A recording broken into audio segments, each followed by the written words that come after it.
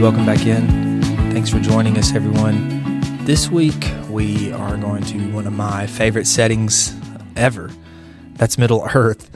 The Hobbit is a story that is inside of J.R.R. Tolkien's universe that I think most of us are so familiar with. One thing that we're going to talk about in today's episode, too, is how this universe is beloved. I think that Tolkien is a master world builder. I think that everyone thinks that. I don't think that that's like an original idea from myself. But I think that Tolkien, we know, has carefully constructed this world purposefully. He wrote this story to be able to be read to his own children. And when we get on to Lord of the Rings in later episodes, we'll talk about how, this story was intended for his children at I think around the age of 10, and they grew up, and then he created the Lord of the Rings trilogy, and how this world, though, is still just so endearing to us. When you think about hobbits, you think about people who are small, the halflings, right? And you think about people who are just comfortable, people who are safe, but not willing to take much risk. And yet Gandalf seeks these people out in all of his endeavors. When he has a couple of world crises come about, Gandalf goes to the hobbits because he believes in them. And I think that there is a lot of obviously metaphorical things into that where we can look into ourselves, and maybe we don't believe in ourselves, but someone does. Maybe something higher that we believe in believes in us. Gandalf always trusted in the hobbits because he saw in them virtue. He saw in them people who were good, and he saw in them people who they were real and authentic, They were someone that he could trust. They were people that he knew would do the right thing. And I think all of us hope, again, that there are people out there who see that in us even when we don't see that in ourselves. So if you don't see that in yourself, you are a person that's good, and you're a person who we can trust. You're a person that we can put our hope in. And kids listening in the future, that goes for you too. You guys are people that we can trust. You guys are good people, and I know that you're going to do the right thing. So, to keep you from waiting any longer, my good friend Jason Crockett joins us as we talk about one of our favorite shared stories, J.R.R. Tolkien's The Hobbit.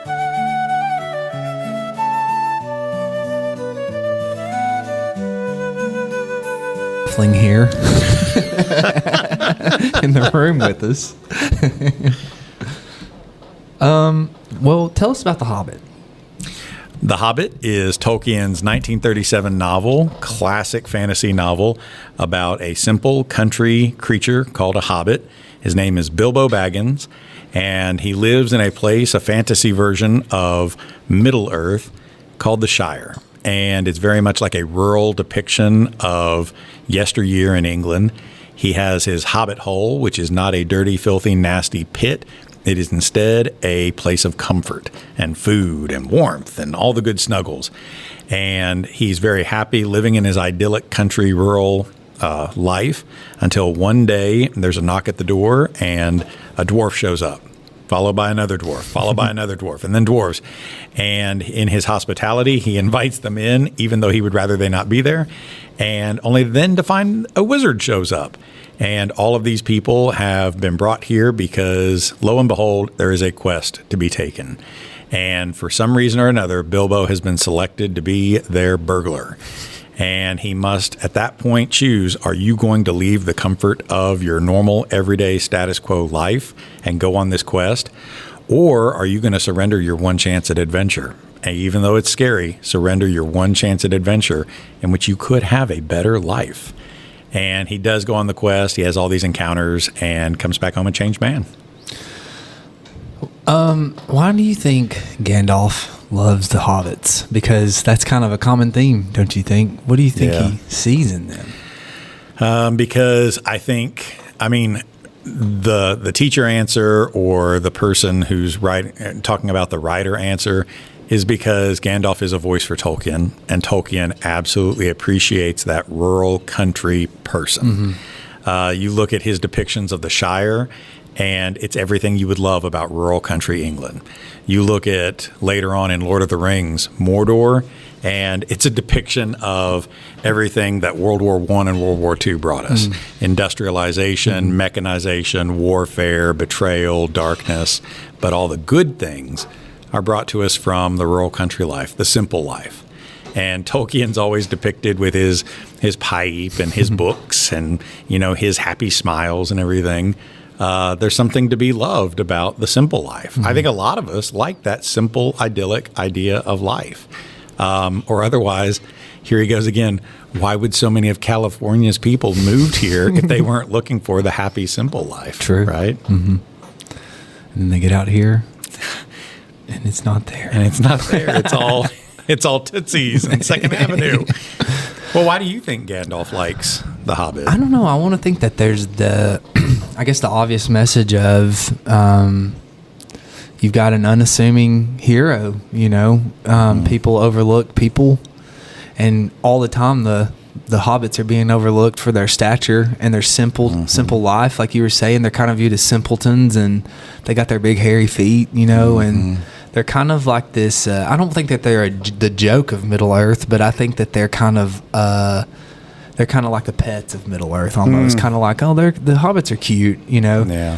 But Gandalf finds value in them and sees value in their people, them as persons, I guess. Do you know what I'm saying? Oh, yeah. So I think that that's what, to me, like I said, that's probably an obvious take, but to me, Gandalf is seeing that overlooked person, that there's actually value in that person. Yeah. We've talked before about my yearning to come back to Tennessee and be a Tennessean, and I've always wanted that for me. And so often Tennesseans get stereotyped as being the hillbilly redneck. You go to Gatlinburg and we make shows out of it. And you always see the guy with the overalls and the bare feet and the moonshine jug. But that's not a real depiction of what Tennessee is like, right? Yeah. There may be aspects of that, sure. But I do feel like growing up, I'm especially living at my grandpa's house. He was a simple guy. He built his house in 1941. And had the same tin roof for years. And I can remember him being an old man climbing up there, redoing his roof by himself. Wow. It was a simple house, simple plot of land, and he was a simple guy. And I loved it there. And I still tell people that my reckoning of heaven is that one day I'm going to wake up, walk down the road, and I'm going to be at Grandpa's house, and it's everybody that I love is going to be waiting for a cookout. And then you would have family from out of state come by, and they're all like, "Oh, look, O'Neill, you could sell this off. Oh, look, you could do all this." That's the Sackville Bagginses coming by Bilbo's house, and they're like, "Oh, well, you could sell this off. You could do all this." But I, on the other hand, felt so bothered by them coming around, and it's like, you don't see what's so valuable about all this. That's why I think the Hobbit as a creature matters. That makes me feel like I might be a Sackville Baggins. Oh, no. Are you wanting to sell off your family's property? Oh, no. Well, then you're not a Sackville. Maybe you are. I think, too, there's that idea that anyone can be a hero. You know, this is, I don't know if in The Hobbit it's as into the world-ish type of stuff, but definitely in the Lord of the Rings it is, and the hobbits are who are at the crux of the saving of this world and this lifestyle, or I guess, or whatever. Yeah. But yeah, anyone can be a hero. Even Bilbo Baggins can be a hero. You know? And I think that that's part of it too. And not to jump ahead too far, but that's something that here Bilbo is the example of what a hobbit could be. But even from the very beginning, he doesn't entirely fit into his community because he's got his father's typical Baggins side, but he's got his mother's Tookish side. And the Tooks, well, you know, they're a little bit odd because they sometimes go out on adventures, and one of them kind of had an affair with an elf, and I don't know, they're just weird. Invent golf. Right. Invented golf. But that's kind of like me with my dad's Crockett side, and then there's my mom's Ohio side. That's a wonderful thing about him, too. Okay, you were talking about your family. Yeah. The Tooks and the Crocketts. Yeah. Well, like just that my dad's family are the typical Crockett's. They're quiet people. They're typically pretty demure. They're good church-going folk. They do not like to rustle up trouble. You've got like my uncles, like my Uncle Bill that everybody knew. He was a manager for this grocery store chain, and he was at one time thinking about playing for professional baseball years and years and years ago. But he skipped on that and went on to do other things. But everybody knows him. My Uncle Gary was a radio DJ for 47 years, and everybody knew his voice. Everybody knew him. And you got my dad, who's a mailman, and people don't remember him like they remember the others. But he's just he's a simple, quiet country guy. He's a pretty chill guy. My Crockett family, my Baggins family, they don't like to say words like pregnant. They a woman is expecting, or they'll drop their voice and say, well, she's expecting. Like they don't, I don't know. They're just real careful about things, but they're just very staid, traditional folks. And then you got my mom's more outlandish Ohio family. They're louder, they're rowdier. They'll say whatever comes off the top of their head. Christmas is certainly more chaotic with that bunch of folks. But you love them too. Mm-hmm. They're just, they're rowdier. That's my Tookish side. The Tooks. Is your family not like that, or are they all the same? Well, my dad's an only child, so I don't really have too many on his side of the family. Mm-hmm. They are kind of like, I don't know, simple country people. Well, I guess like my grandma, my dad's mom's side of the family for sure is just like your typical mountain country people, because they lived in Pikeville but on the mountain and had a farm. And my dad always talks about how my great grandpa was like a gentle giant. He was this big tall man, but he always like spoke softly and never really yelled a lot, and he was just always like trying to make sure his work was done correctly and things like that. So but yeah, I guess so. I can see that, because my dad's dad everybody knew, and he was kind of a little bit wilder. Mm-hmm. Not wild, I shouldn't say, but more sociable, I guess. And my dad was like essentially a rock star, I guess, because he traveled with a country act for years. So with a bunch of dwarves. Yeah. That's what they were called. Ray Griff and the Dwarves. Ray Griff and the 12 Dwarves. I like that. And he was balling. So, yeah. No, I don't know. I guess, yeah. I think everybody's probably like that. Last year when I was teaching Hobbit, that was one of the first activities I had them do was take note cards. And on the front, I said, I want you to think about one side of your family, whether it's your dad's family, your mom's family. If it's not a dad or a mom, think about this side. Maybe it's people who you live with. Think of this side of your family and this side. Pick one of them and then write about what they're like on the front of the note card. Just fill it up. It could be stories that you remember about them. It could be things you love, hate, whatever. What are their defining traits? And after we were done, they had to flip it over to the back and then think, okay, well, now what's the other side of your family like? And also, how are you like that? Mm-hmm. How are you like the first and the former? But also, what do you love about yourself? And this in relation to this side of your family and that side, which do you feel like you jive with more? And my daughter was in that class. Oh. So then I was secretly wondering, what's she writing about? Like my side of the family compared to my wife's side of the family. But it was interesting to read these kids' experiences and how they feel like maybe they're more connected to one side of their family than they are another. What do they notice about themselves, too? Bilbo, he kind of understands that at the very beginning, but I mean, he hasn't really wrapped his head around what he wants to make of himself yet, because he's in that comfortable zone in his life. Mm-hmm. And we all get so comfortable with our lives, but when you're comfortable, you're never going to grow. You're never going to change. And it's like with weightlifting or anything like that. You may find it difficult, sure, but the challenge is what makes you grow as a person.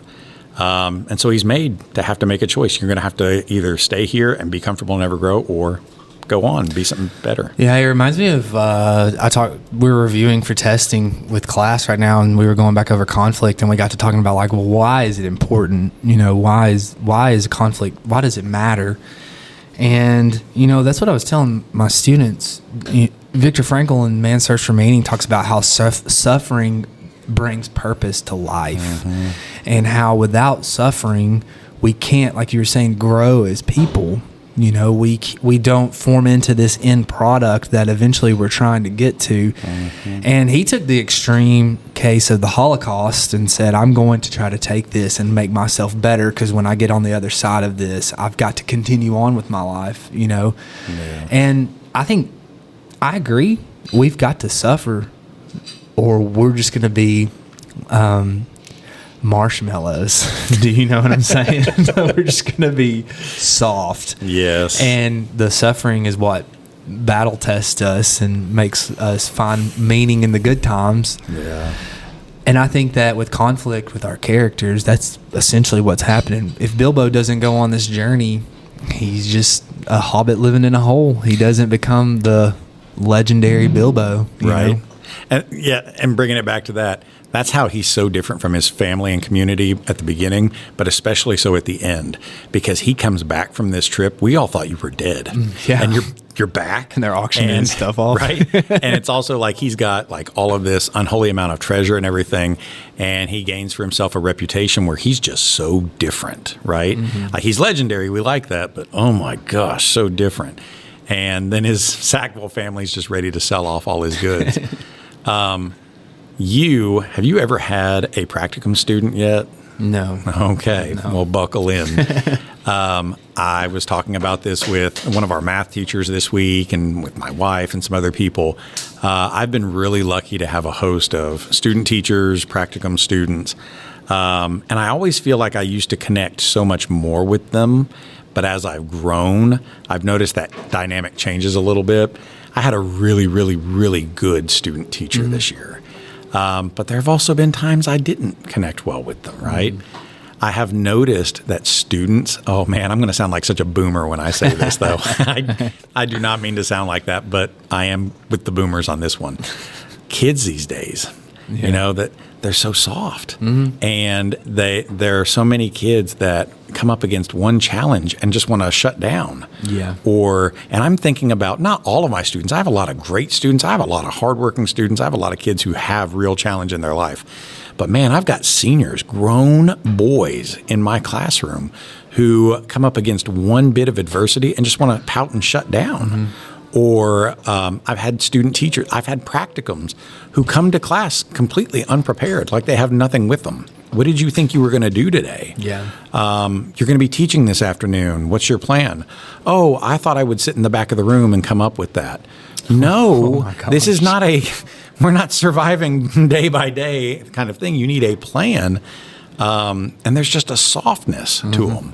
And you don't want to be mean to them. And they may think you are mean, but you got to toughen them up. Yeah. And these experiences are what shape you. Plants that grow in an isolated building never get those wind breaks or the wind tests, or the wind is pushing the little plant around. And so they wind up growing only so tall and then withering and getting sick and falling over because they've never been toughened up by these winds, these storms, whatever in their life. So you're absolutely right. We turn into marshmallows if we don't have these experiences. Yeah, I think something that I've noticed about, and we talked about this generation the other day about how we feel like that their mindset is more like, let's get to work, let's make money and stuff. And I admire that about them. But at the same time, the flip side of that is I think there is a lot of, if this doesn't go, there's a lot of, if this doesn't go exactly as I planned it, I'll just quit, you know? Oh, yes. And I saw that coaching soccer a lot. I would lose guys because, well, we've lost a couple games in a row, or coach isn't playing me as many minutes as I wanted, you know, and they would just up and quit. No, and not even tell you, you know, not even, I mean, I hate to sound like a boomer right here, but not even be man enough to come to me and just tell me to my face, you know, just say, Coach, I'm not going to play anymore. They just disappear and run off back to their house. Yeah, I see it too in class, where every now and then when we play a book, the instructions come up, 5 seconds of instructions, and I hear so many kids going, skip it, and I was like, guys, it's 10 seconds. You can't wait. It's just that instant gratification culture that I mean, and I'm guilty, and I talked to them about that just the other day. We were kind of talking about it in class, and I was like, guys, if anyone is guilty of being a part of that culture, it's me, because when I was growing up, the Super Nintendo had the old reset button, you know, and if things weren't going your way, you just hit reset. Yes. And I think a lot of that has stemmed from kind of that idea of we can just start over however we want to, you know, but... If I had to start over with my work now, I feel like I would be so lost because I am from a different kind of generation where I expect you go into a building with a job application and you tend to sit down and say, hey, I'm looking for a job, and they call you back in and sit down. So much of that is just online, and you apply online, it gets taken care of. And I am not used to a work environment where we're on our phones. I'm not used to a work environment where people just didn't show up for work, or I've got 17 call outs, or, you know, I need you to cover all these shifts because people aren't. I am not used to that. Yeah. My son called me the other day and was talking to me, and I said, what is all that sizzling? He said, oh, I'm at work right now. What are you doing? What are you doing calling me?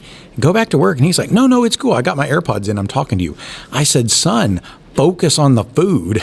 Go back. But for his generation, that's not such a big problem. But he was telling me he was covering a double shift because they had like 7 call outs that day. And it's like, I'm not part of that, where I'm just going to quit my job today, or I'm just not going in today. I don't feel good. I'm just not going to do it. Yeah. What do they call that? Silently quitting? Silent quitting. Silent quitting. But now I feel all bad that I'm like the crabby old, wow, kids these days. And I don't mean to sound like I don't have empathy. And I do take days off. As a teacher, I do take days off. I mean, I think that we just see it so much face to face, you know, especially you've got seniors. Yeah. And I when I was coaching more, I saw that, you know, that they would just be willing to quit if it didn't work out for them, or just switch stuff too. You know, I would have guys just quit and go run track and just not tell me, just start showing up to track practice. And I just could not imagine.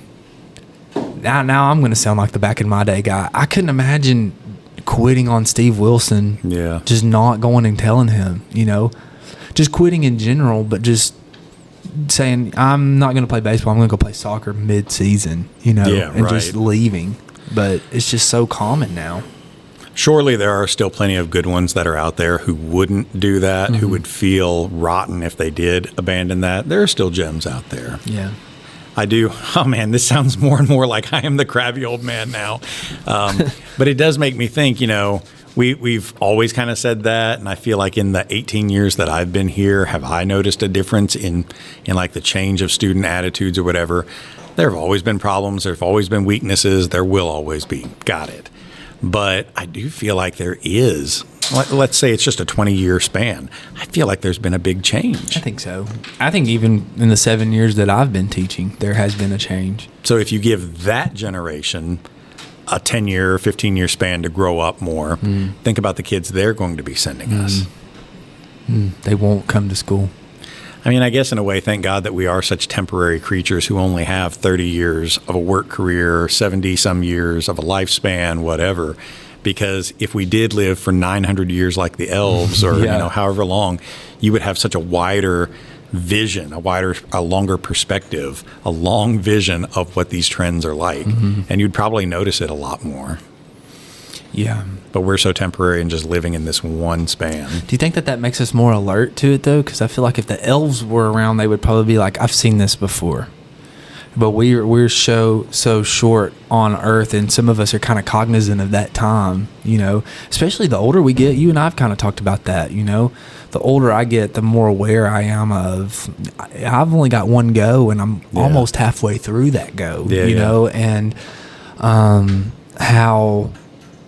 I wonder if that makes us more aware of, hey, wait, you guys shouldn't do this. This is not how we should be going about it. Where, like I said, if I'm an elf and I live to be 900 years, maybe they're just kind of like, because I feel like the elves are observers almost, you know, especially at the point in these stories. Yeah. In the Silmarillion, they're kind of a part of the creation, and they're trying to like spread out basically when they get to Middle Earth. But in the Hobbit and the Lord of the Rings trilogy, they're almost like observers, you know, because they don't come to the Helm's Deep fight in the books. No, they don't. They're just observing and kind of we'll give you rest and advice, but that's it. Yeah. And certainly in The Hobbit, the only real interactions you get with are the Rivendell elves at one point, and later on the Wood elves, and they're just two distinctly different attitudes. Elrond is more of a waypoint. I'm going to give you some rest. I'm going to give you some insight onto this, and here's my knowledge. So he is like an observer. But the Wood elves are more troublesome. They're like more of what I would think like Celtic ancestors would have expected out of elves, sprites, fairies, that kind of thing. That they're the mischievous, troublesome ones. We're going to imprison you and lock you away in the underworld. Maybe if we lived on a longer time span, we would pay more attention to that. But if we are more alert to it with our shorter 70-some-year lifespans, I don't know that that's any better, because still, you just look at me from my perspective. I'm 45 now, and if I say, things are different, this is not how things used to be, immediately as soon as I say something like that, it's tired to the ear, and people are already hitting me with the assumption, well, he's old. Right. Well, kids these days, they're always going to say that. That kind of negates your argument right there. And somebody's going to hit back with, the classic, but they've always been that way. They're always going to be that way, and then move on. So things will drift, but I don't know that they really change. Yeah. I kind of agree with that. I think that some of the problems we have in school are probably similar problems that they've had in the past, that they just look different, like the people you and I are trying to catch in the bathrooms. I think that it's a little bit more extreme, but it's the same issue as cigarettes. You just replace a vape with a cigarette. It's the same issue. I remember guys used to smoke in the bathrooms when I was in high school, and I think I think the biggest difference now is it's probably a little bit more coordinated because they have their phones and all that stuff. So, but also at the same time, it almost makes it more reckless, Well, that's because phones are of Mordor. Phones are the technological innovation that's bad. So we need to give up our social media. We need to give up all of that and just go live with our pipeweed and our farms and our happy kegs of whatever. But don't give up Spotify or Apple Podcasts, where you can find a Deadman's books. And with honors, please hit subscribe and like. And if you would, give us a 5-star rating to help us with the algorithm. Absolutely. How was that? I love that. That was a great little That's the only self-promo I've ever done so far in this. And right off the top of your head, like a pro. That? Well, I listen to too many podcasts. I've noticed on here that with your list of characters, Gandalf's in all caps. Gandalf is in all caps. Did you do that on purpose? Yes. Because he's God? Is that because Gandalf is, I know we talk about Mooney Wright a lot, but Gandalf is my favorite literary character of all time. I love Gandalf. I love everything about him. I love that he's good. I love that he's fair and wise. I love that he shows up in the nick of time. I love that he lets them off to do their own thing and try to sort it out on their own. But when they need him, he shows up. I love Gandalf. Yeah. I think Ian McKellen is Gandalf. Like no one will play Gandalf for me, and it will that he is Gandalf. Do you know what I mean? Yes. I love Gandalf. I've been trying so hard to find two things that are affordable. I want a Gandalf staff to carry around class with while I teach. Holy cow. And I also want the gray hat. Okay. Which in the book is blue. Yeah. Yeah. Apocryphal story is that Christopher Lee supposedly knew Tolkien and that they were fellows, and that Tolkien had promised him, if ever there's a Gandalf, you're Gandalf. And I don't know if that's true or not, but I cannot picture Christopher Lee as Gandalf. I think he would have been a good Gandalf. I don't think he would have been as great as McClellan. Yeah. Because I think Christopher Lee nailed Sauron. Yes. I think he nailed that one too. But Christopher Lee has always been a good bad guy. Yes. He's so good in Man with a Golden Gun as Scaramanga. He's so good in that. What else is he in? I know he's in a lot of other things. There's a black and white one that comes to mind, early one called City of the Dead. And he's a teacher at a college who turns out to be a witch. He's a bad guy. Yeah. And he's just got this menacing glare that he's always giving people, the people's eyebrow. One of he's giving a lecture about something, and a kid in his class says something about witches, and he just stops and glares at him. And I mean, he fought in World War II, and there's also the apocryphal story that he stopped Peter Jackson during filming and was like, no, whenever you stab a person in the lungs, the sound they would make is... whether that's really true, I don't know. But, I mean, he certainly seems to have the chops, right? I've seen the interview where he says that. Okay, Yeah. so, yeah, he certainly seems to be a guy I would not have messed around with. Yeah. He was Count Dooku. Duh. Oh, yeah. Of Count course. Dooku. And That's he was right. great as him. Yeah. I love Christopher Lee because it's like you said, he's like such a bad dude, but then Yeah. at the same time, he's like, I read the Lord of the Rings trilogy once a year, and he seems so nice and grandpa-ish when Right. he's in these interviews, you know. So Oh, and he played Dracula and all the old Mike Hammer films and everything. Yeah. Christopher Lee. But could you imagine the roles being reversed? What if they had given Lee Gandalf? I think he would have been good because he knows the story and he knew Tolkien. I don't think there's something about the way Ian McKellen looks at people that you're like, that's how Gandalf would look at someone. You know, like he's so benevolent when he looks at somebody. When he looks at like Frodo and Bilbo and those, you can tell that he thinks the best of them. Yes, you know, I and agree. I love that. I love him. And I say this all the time too. Whenever I get stumped, I'll say, I have no memory of this place. I have no memory of this place. What I love is I'm in this season right now where the freshmen that are upcoming sophomores are bringing me their paperwork for honors next year, and they're learning about what they're going to read. And all of these little kids come into my room and they're quivering when they hand me their papers.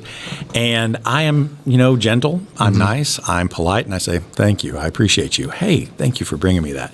But it's like, I don't mean to be intimidating, but I'm intimidating to them. And that's Gandalf too, right? Because he's very intimidating at first. What do you mean by good morning? Are you trying to just brush me away? Like, what do you mean by that? Because Bilbo automatically knows, I don't know that I want you bothering my life.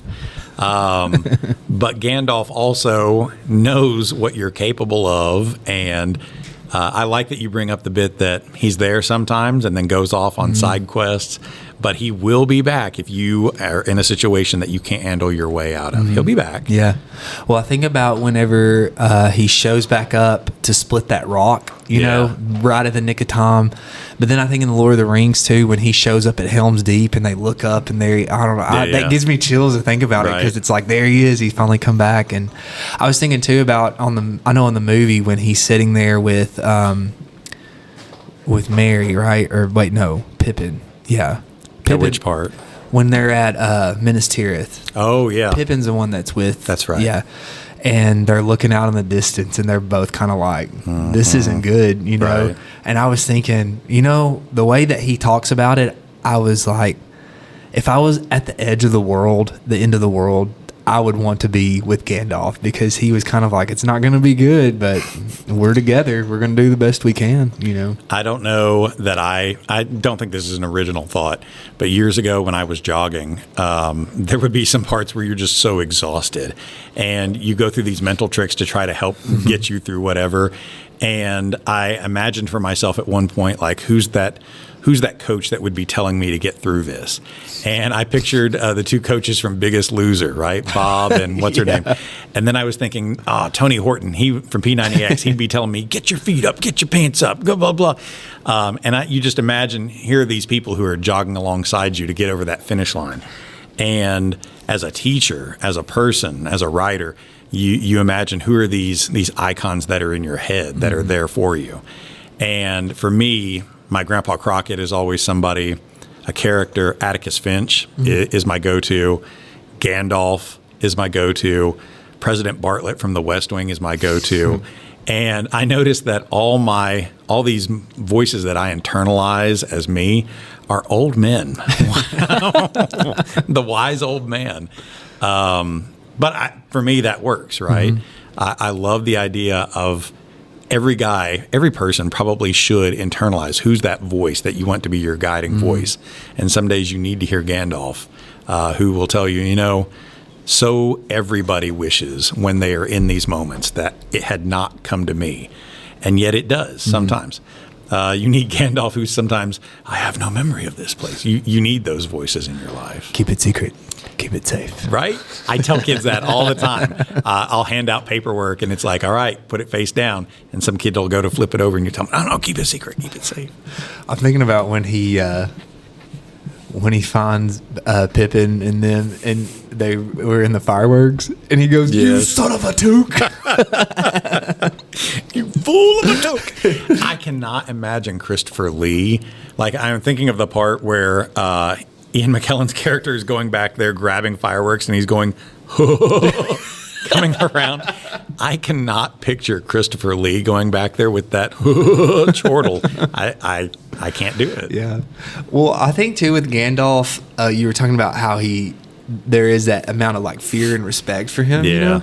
I think that I like that about Gandalf too, because he knows he's got the power to, I guess, persuade these people to do what they want to. Like, he talks Bilbo into going, but he does it earnestly. He doesn't use like his power. Right. You know, he still leaves it up to Bilbo or Frodo or whoever to, because when Frodo's like, I'll take the ring, you know, you can see him just be like, I wish you hadn't said that. But I also feel like he knew it had to be him. Yeah. He's just like, I didn't want to have to say this, but it is here. Yeah. But, you know, I think about too when Gandalf like turns into like monster Gandalf. Do you know when he like raises up? You know, he's got that in him, and he can use it when he needs to. I like that he's self-control. I don't know. Is he a perfect character? I mean, there's got to be a flaw in Gandalf, but maybe he's too trusting, or I mean, Gandalf the Grey, maybe. Yeah. Would Gandalf the White be the perfect one? Gandalf the Grey. That's a name I haven't heard in a long time. A long time. Oh, wait. That was me. Have you ever seen the Rankin and Bass cartoon version of it? I've not, no. I've watched like bits and pieces of it, but I've not watched the whole thing. You're not missing anything big. But I grew up watching that. And Bilbo's sitting out in front of his house, and he's just blowing his pipe rings when all of a sudden Gandalf teleports out from behind a tree, and it's just, he's there. And he says something like, "Good gracious, who are you?" And Gandalf is like face up in the screen. And he says, "I am Gandalf." And there's thunder and lightning. And he says, "And Gandalf means me." And he is so terrifying at that one point. I don't remember there being thunder and lightning when he says his name. But he does kind of just push his way into this guy's life. And what do you mean by good morning? Oh, like he's trying to wordplay his way into his life. And the dwarves leave Bilbo with the letter on the mantelpiece, and Bilbo wakes up late the next day and is, "Oh, well, I guess they're gone. Oh, well, I guess I missed my chance." And he's kind of talking himself back into, I don't have to follow that responsibility. It's okay. It's okay. But Gandalf shows up, and the book treats it so differently than the movie does.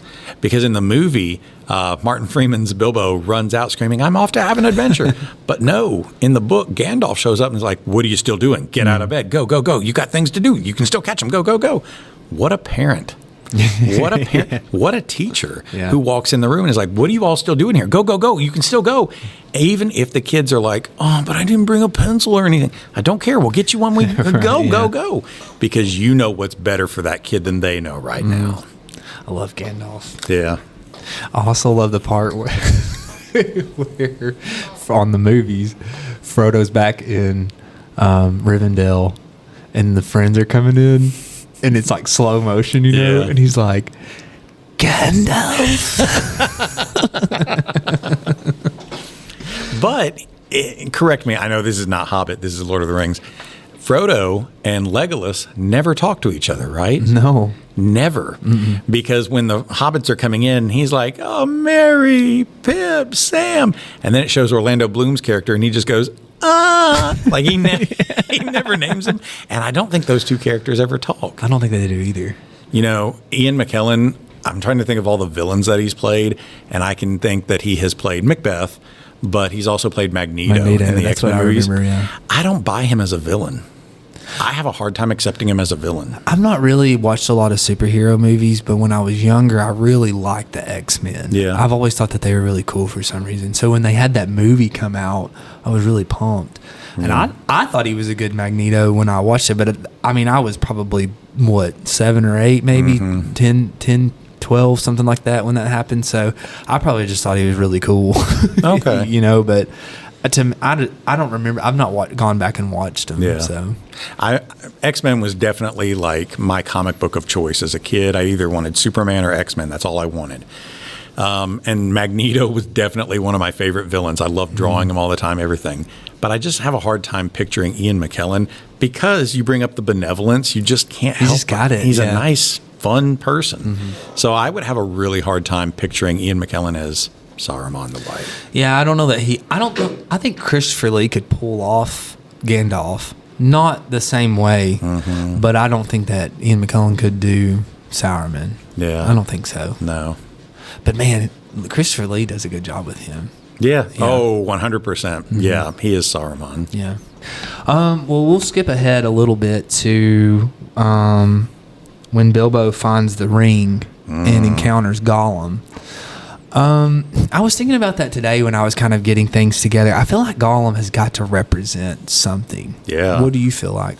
Honestly, this was always one of my favorite parts to teach of the book because I always used to use Hobbit in that window after Thanksgiving up to Christmas because you've got the dwarves together in his home at first and the lights are low and they're singing the Far Over Misty Mountain song. Oh, which is awesome. And it feels like a wintertime, soulful, dark, foreboding kind of song. I love it for the wintertime. But to teach, I loved the part where Bilbo Baggins goes under the mountains and encounters Gollum. And I used to draw it on the board and kind of map it out because the mountains separate two distinct kinds of settings. You're teaching setting right now, right? And about how it matters. And when they go into the mountains, there's the storms and the lightnings and the giants are throwing rocks at each other. So there's chaos, chaos, chaos. And they take shelter in a cave that they hope will just be a refuge. Well, they're goblins, right? They steal the ponies again, and they steal them. They have to go under the dark, and they get separated, and there's treachery. Gandalf shows up. Follow me, we'll get out of here. But he gets separated. And so often, this hobbit, he gets chances to try to test out being the hero, but he needs somebody to come in and help him. Well, this time he's absolutely cut off. The dwarves cannot help you now. Gandalf cannot help you now. And his pathway descends even further into the Underdark beneath the mountains until he gets to that massive underground lake. And what does he find down there but water? And water's a reflective kind of surface. It's mystery, it's depth.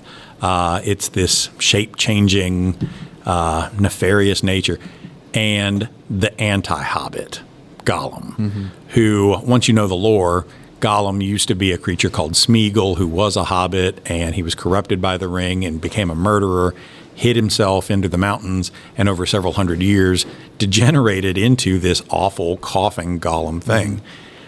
So here you have Hobbit face-to-face with anti-Hobbit, and if we're talking about how conflict reveals anything or does anything for us, what's their conflict? It's not fighting with swords or anything like that. Their conflict is riddling. Yeah. And it's kind of like this intellectual chess match, right?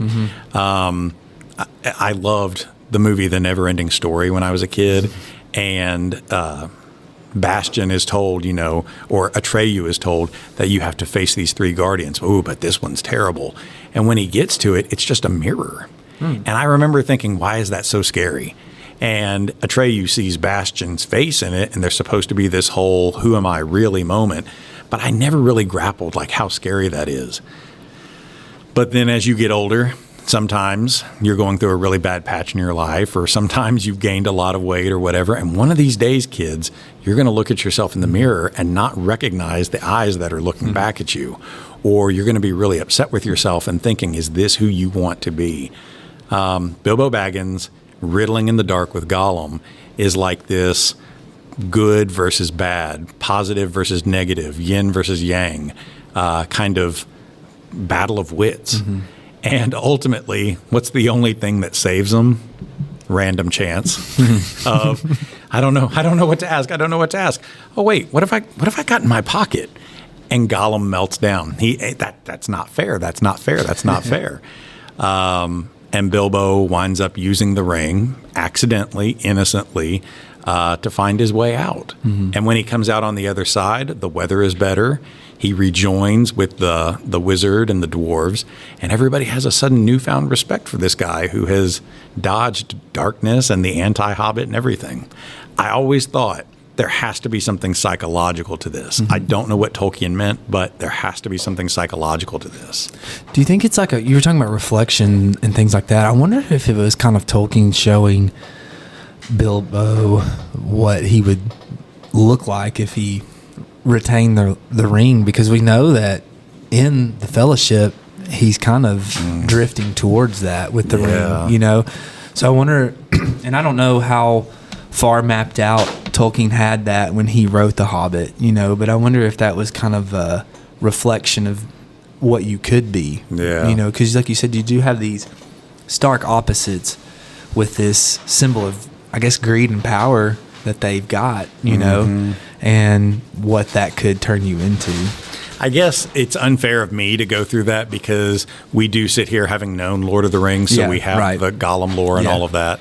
In the book, when Bilbo comes out on the other side, he neglects to tell them that the ring is what enabled him to get past all these things. And Gandalf looks at him very speciously and is like, because he knows there's something up here. But he never comes out and rats on him. He never comes out and says, well, what's that ring? That's something about Gandalf, too, that I've always wondered. Like, I feel like he knows the ring is there. But it's almost like you were talking about him being a parent figure. Yeah. It's almost like with our kids where we know what you're up to, especially when they're older, right? Yeah. We know what you're up to, but I want to see how you end up with this, you know? And I wonder if that's kind of what Gandalf's doing when he's like, Yeah. Because even when he finds the ring in the Fellowship, he's kind of like, I think I know what ring this is, you know, or how did you do that? How did you disappear? Isn't that what he asks him when he gets back from the party? Like, how did you do that? By the time Tolkien gets around to writing Fellowship, Gandalf is already at this point where Bilbo's now 111 years old. He's 111. And in all of that time, so Bilbo's like 50-something, so it's been like years. Gandalf's not yet put two and two together that that's the one ring, but he's got his suspicions. It's a magic ring, and I know I can't trust it. But by Hobbit, he doesn't know all the details yet. He just knows you're up to something. Something did this. Do you think maybe that's Gandalf's character flaw, is that he's so trusting? You know, because he runs to Sauron to talk about what he thinks wrong, which that led him to being imprisoned on top of Isengard. I have a little bit of lore for that, though, because I only stumbled upon this in expanded whatever material. Radagast the Brown is one of the wizards that does get mentioned. We don't know outside of the brief mentionings textually what happens with Radagast, except in some of the expanded Tolkien material, where Radagast is told by Saruman, if you see Gandalf, you should tell him to come ask me. And Radagast tells, he's waiting on the side of the road when he sees Gandalf and tells him, you should go to Saruman for help. So Radagast unwittingly is used to send Gandalf to Saruman so that Saruman can trap him. Which in the movie Hobbit, Radagast is kind of portrayed as this bimbo almost, you know. The little woodland wizard and all of that with the squirrels. And the bird poop in his hair. And the bird poop and all of that. I'm not going to speak for you. If you've not had this yet, I'm sure you're going to have it. And it might be with Annie, it might be with Hollis, it might be with all of them.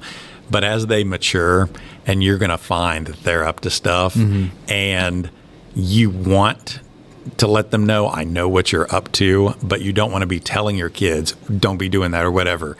You're going to have this moment where you look at them and you just say, okay, well, as long as we're making the right choices, I don't know that I would be whatever. And there's just going to be this look that goes between you where it's like, I know what you're up to. And he's going to look back at you and be like, okay. That reminds me of Gandalf here looking at Bilbo thinking, there's more to this. There's more to it than that. I feel like I already do that with some of the TV shows they watch. I'll walk in and I'll just kind of be like, I just don't know that going. I would have been watching that. Yeah. Okay, so they go to the Lonely Mountain, and then we find Smaug. Yeah. I want to start with the dragon sickness thing because that's how Tolkien labels, I guess, that lust for money or gold, you know. And I had noticed that this was back when the first time that I read Hobbit, that dragon sickness is like a more common term than I realized, especially like over in the UK. They kind of talk about if you're greedy, you've got the dragon sickness. I didn't know that. Yeah, so I thought that was interesting that of all the things that has stuck from Tolkien for like modern society, almost like a Shakespearean type thing, it was the dragon sickness. Yeah. I love teaching this part as well because of the metaphor of dragons and what they represent. It shows up in Beowulf. It shows up in Hobbit. It shows up in all of our great legends. And Tolkien, absolutely, as a professor, as a linguist, as a historian, he knew his Beowulf. He knew his ancestral stories. Smaug is this ancient kind of creature that just wants to take the treasure that the dwarves have hoarded up for themselves, and he exterminates them, takes it. But Thorin Oakenshield's quest is noble. They are refugees. They are people who have been wronged, and they need their homeland back. The problem is that so much of it is predicated upon wealth and just the getting back of wealth. Getting your wealth back and regaining your homeland are not necessarily the same thing. But in the eyes of these dwarves, it is the same thing. The Arkenstone, the treasure, all of this is the signifier of our home. And once we do get rid of the king under the mountain, once we get rid of the dragon, Thorin instantly turns on the stinginess. And it's ours, it's ours, it's ours. Well, what about these humans who have now been displaced? Lake Town has been napalmed. They're refugees too. Hey, Thorin, remember when you were a refugee just 2 weeks ago? What if we help these people? No.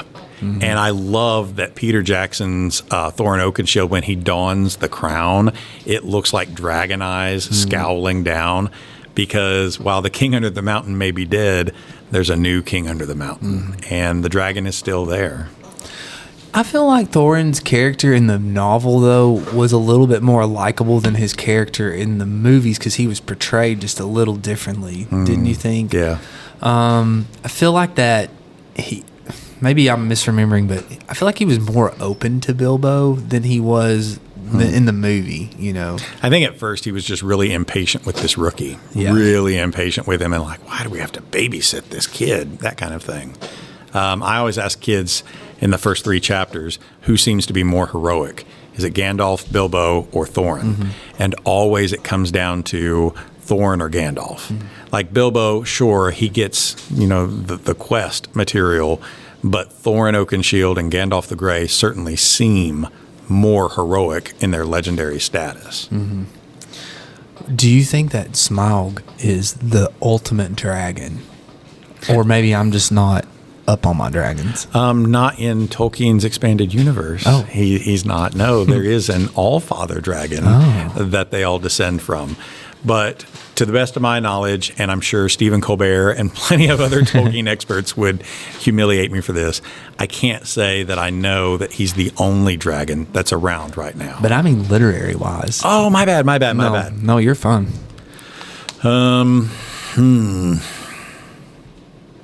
What other dragons are we going to compare him against? Pete's dragon? Dracula? Oh, if you want to go literary. We could, yeah. In Gatsby, Tom Buchanan is absolutely a dragon who has his princess held captive, and the young knight, he ultimately undoes the young knight. How did his laugh go, Tom Buchanan? Like that's the dragon right up in the hero's face, right? Like howling at him. Dracula is another kind of dragon who's going to hoard wealth and hoard his ego and all of that. I feel like Darth Vader is a great dragon as well. Dragons are supposed to be hoarders of wealth, and his is not so much about wealth, but dragons are also supposed to be unleashed wrath and fury. Was Vader the dragon, or is the Emperor the dragon? I think Vader's like the wizard that has the dragon under its leash. Because the dragon is supposed to be a creature of ego that can be piqued into wrath so easily. And I just don't see Palpatine being so easily piqued into fury and wrath. In Tolkien's universe, like that's supposed to be the whole reason of why Gandalf was also really concerned about the dragon. If there is this shadow coming back into the world, if it really is Sauron coming back, the idea was that Sauron, the necromancer, wanted to use Smaug as a weapon in his war on Middle-earth.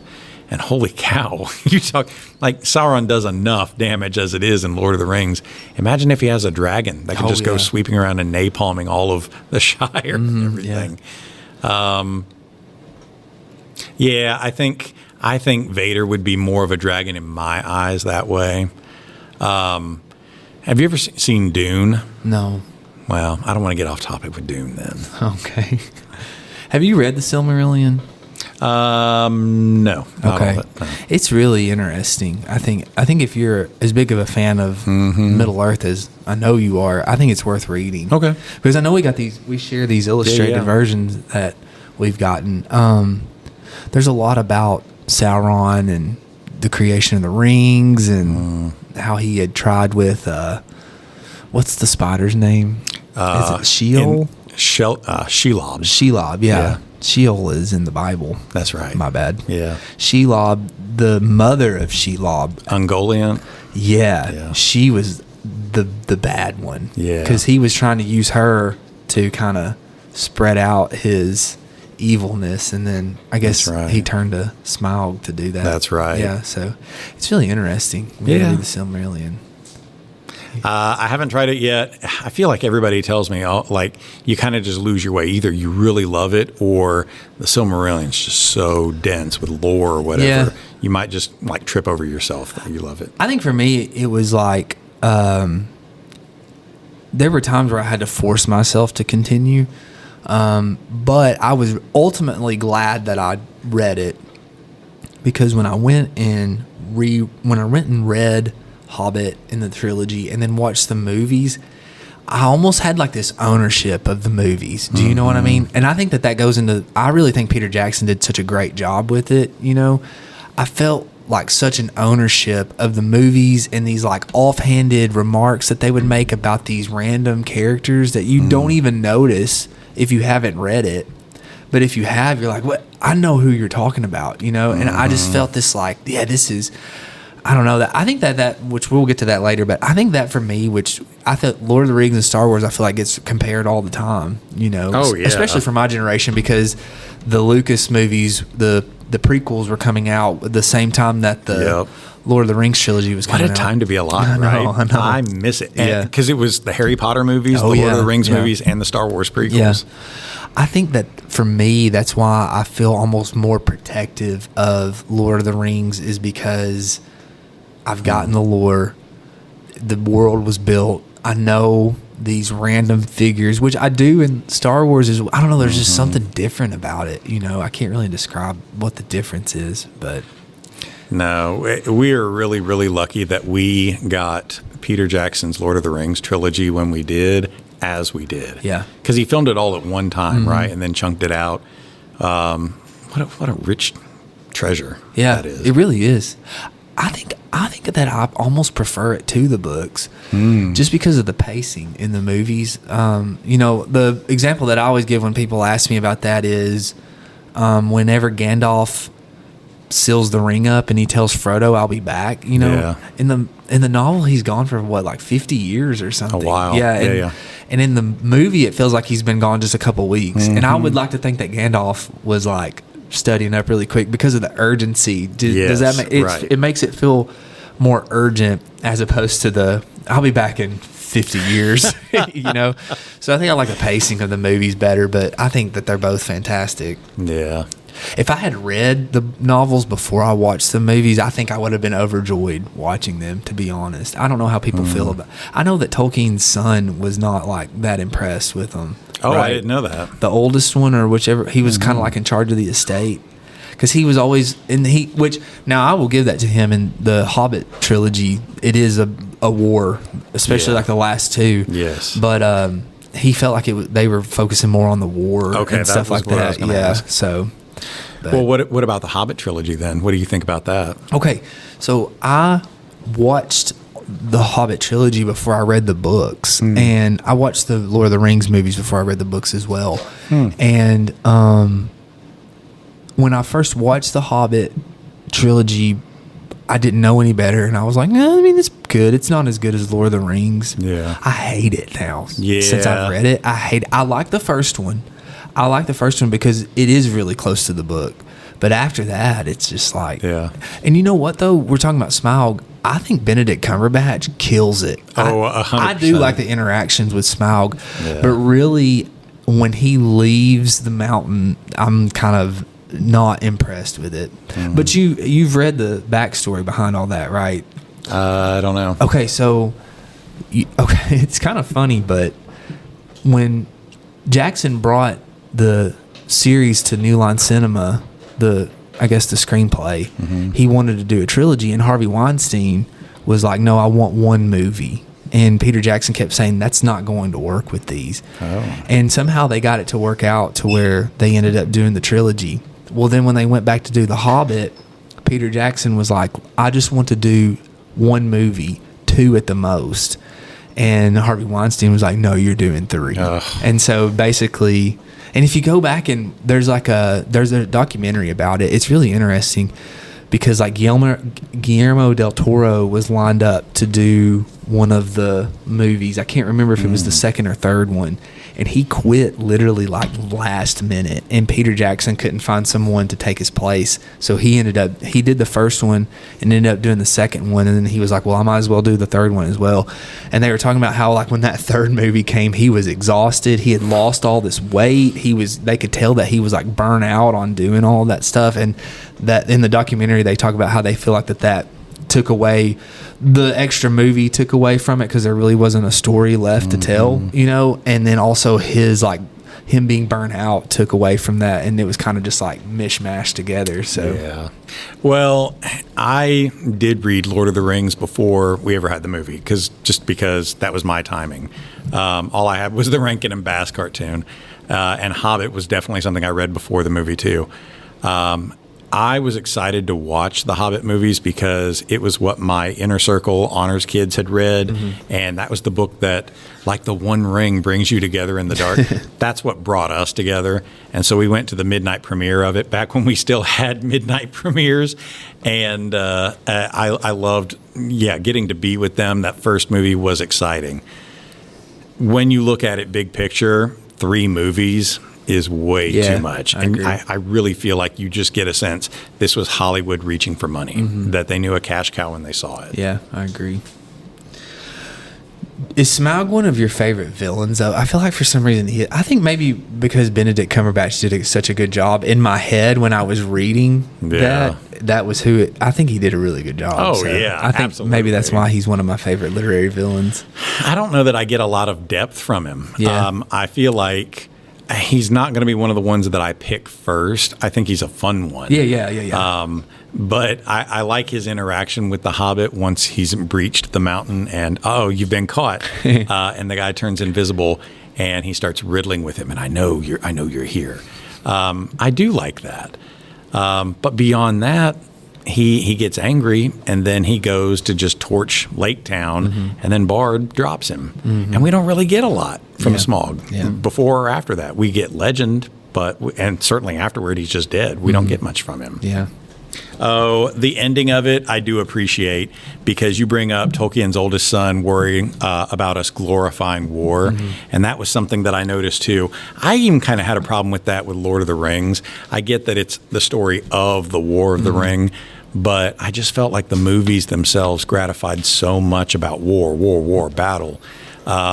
Even when you see the opening of it, and years ago when Isildur and Ecthelion and them were all fighting against Sauron, here's Hugo Weaving and the elves, and they're so gritty, and they're like, oh, the battle. And I just don't know that we should be glorifying war from a Tolkien perspective. But in The Hobbit, the really neat, nifty way he solves that is, oh, Bilbo, you got dropped, and you don't have to participate in war. War winds up darkening everybody else, but not Bilbo. What was the difference between the end with Thorin and Bilbo? Something was different. What was that difference? In the movie and book? Yeah, do you remember? Oh, I don't remember. I don't know that I pay a lot of attention to the movie because I was dissatisfied with its overdevelopment. That's what I was saying. For me, it was just like that was my only exposure to it at the time, you know. So I didn't know any different. Yeah. But then when I read the book, I remember thinking, this way is so much better. You know? Well, Thorin has his chance to repent before he dies. He has his chance to repent before he dies, where he gets to I'm sorry I was like this and yada yada. Does he do that in the movie? I don't remember. I don't remember either. Do you like Thorin as a character? Yes, I do. Why? So, because I'm angry and short with people sometimes too. I mean, he's this guy who has this impressive backstory, and he's got the weight of the world on his shoulders, and he needs to fix it. And he's got to get back home too. He deserves that home, and he also knows this is my birthright. I can do this. And also he deserves it too. He's capable. He is short, I know, with the rookie. But I understand also he's got his flaws with the dragon sickness and everything, and he does get his repentance. He gets his redemption at the end. But he's also just an amazing hero in the story too. I think I like Thorin. Do you think Richard Armitage was a good Thorin? I do. I think he was too. He wasn't my original pick, but yeah, I absolutely liked him. What do you think about the backstory they did on the movie for the Oakenshield part? Like just with his father and grandfather? Well, where he used the oaken branch for the shield. I think that's pretty you awesome. Like that? I do. Because so often you just get, a regular knight shield or something like that. But no, I mean, he's Thorin Oaken Shield. Yeah. And I think that's really clever. Thorin Oakenshield. Yeah. I like the way that they call it. He says burglar. Burglar. You're the burglar. You had on here, what is it?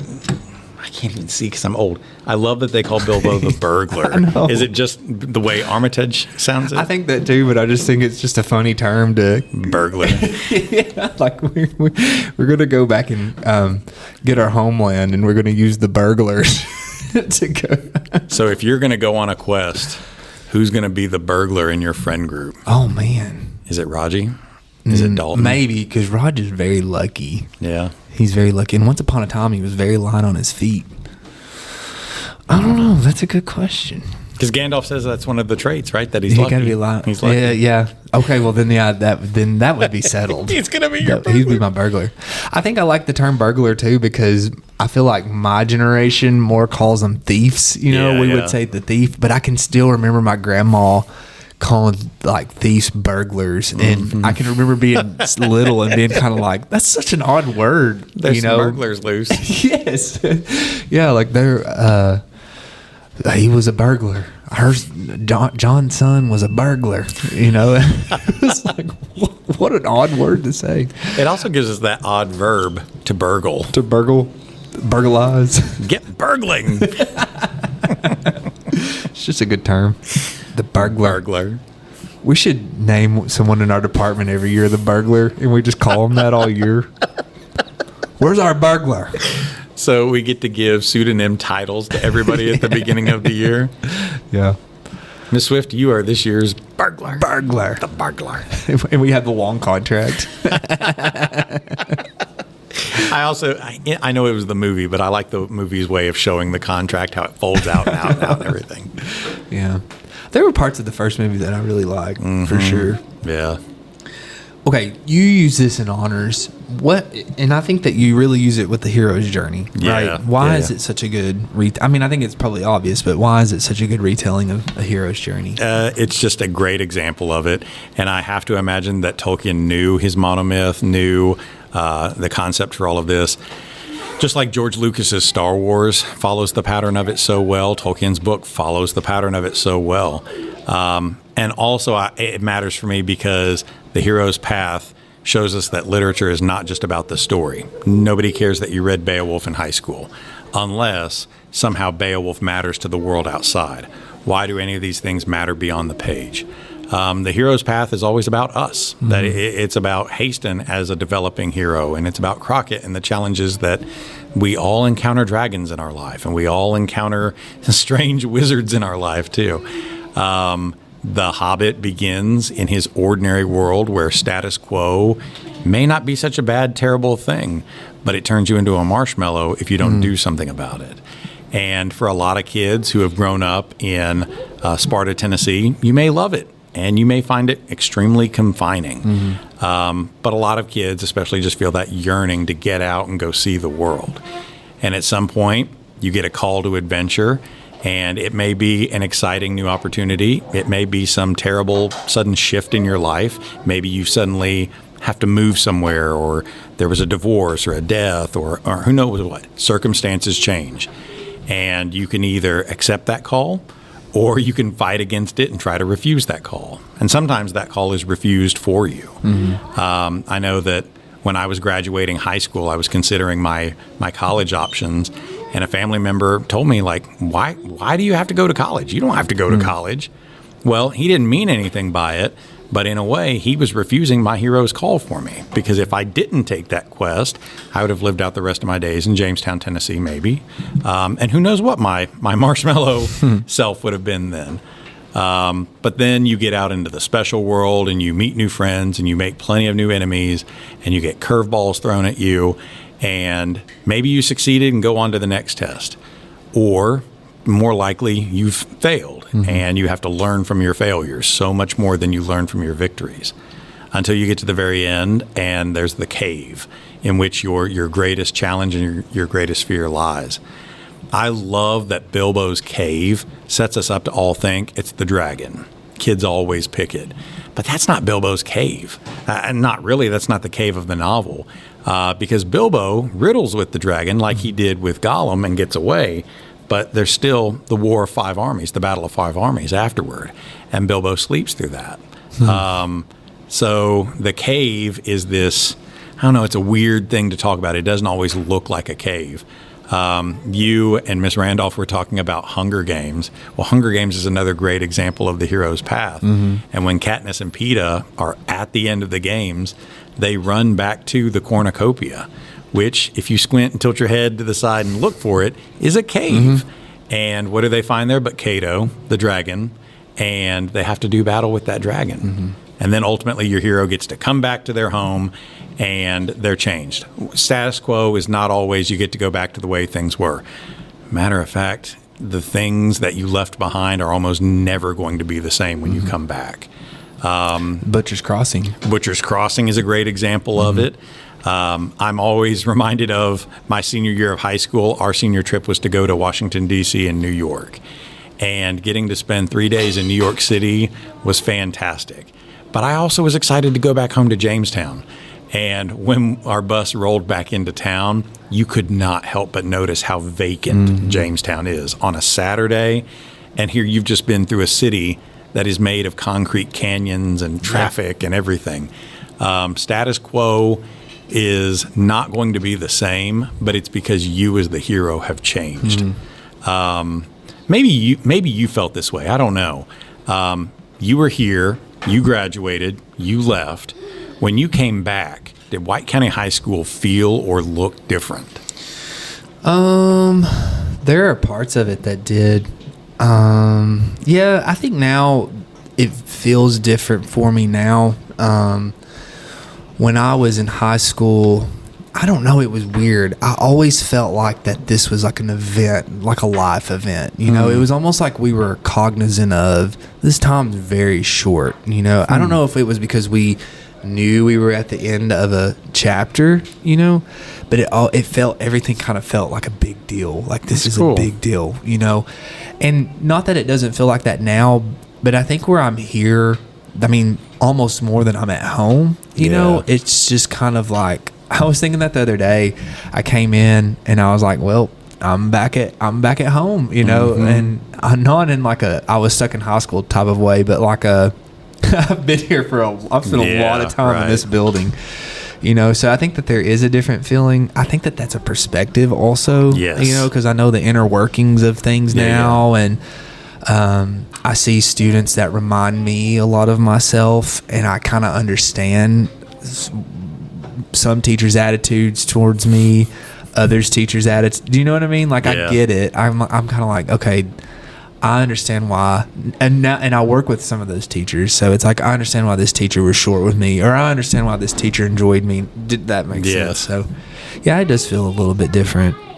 I was thinking about something you were saying too about the city stuff. I think that's one reason I'm so like enamored with Nashville, is because when my grandma was in the hospital she was in Baptist for like 7 or 8 months. So Friday after school in middle school, it was in 7th grade, we would leave straight from school, go to Nashville, spend the weekend in Nashville, come home late Sunday night, go to sleep, and then spend my school week.